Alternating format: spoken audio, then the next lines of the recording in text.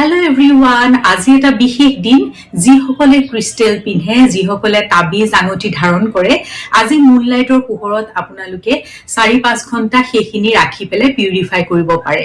আৰু 4-5 ঘণ্টা ৰাখি ৰাতিয়ে আপোনালোকে সেইখিনি ধাৰণ কৰিব ৰাতিপুৱালে নথব কিন্তু আৰু আপোনালোকে চাৰ্জিং ৱাটাৰো আজি বনাব পাৰে এটা গ্লাছৰ বলত সফা পানী মুনলাইটৰ পোহৰত 4-5 ঘণ্টা ৰাখি দিব যাতে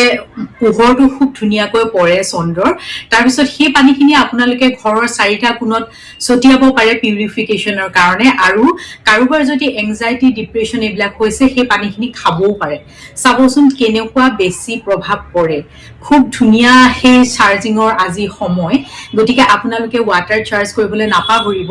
আৰু যিসকল 220 মানুহ বা 11 ৰ মানুহ 2 তাৰিখে যিসকল জন্ম মানে প্লাস কৰিলে টোটাল নাম্বাৰটো 2 হয় তেওঁলোকেও আজিৰ দিনটোত কিন্তু চন্দ্ৰৰ ব্লেছিংছ লবলৈ নাপাহৰিব ৰাতি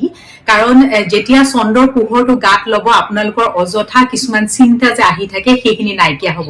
চাবচোন 2 মানুহখিনি অযথা বহুত বেছি অভাৰ থিংকিং কৰে গতিকে আপোনালোকে পূৰ্ণিমাত কিন্তু চন্দ্ৰৰ পোহৰটো গাত লবলৈ নাপাহৰিব আৰু বিশেষকৈ এই বছৰটো যেহেতু সূৰ্যৰ ডিসিপ্লিন ভাল পায় গতিকে আপোনালোকে কমপ্লিট লাইফটো ডিসিপ্লিনত কটাবলৈ চেষ্টা কৰিব ৰাতিপুৱা সোনকালে উঠিব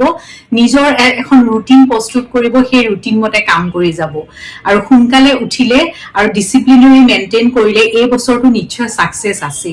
আজি কিন্তু আপোনালোকে মেডিটেশন কৰিবলৈ নাপাহৰিব মুনলাইটৰ তলত যিসকলে মেডিটেশন কৰে এবাৰ কৰি চাবচোন বহুত বেছি ফলদায়ক আজিলৈ আহিছো তেনেহলে নমস্কাৰ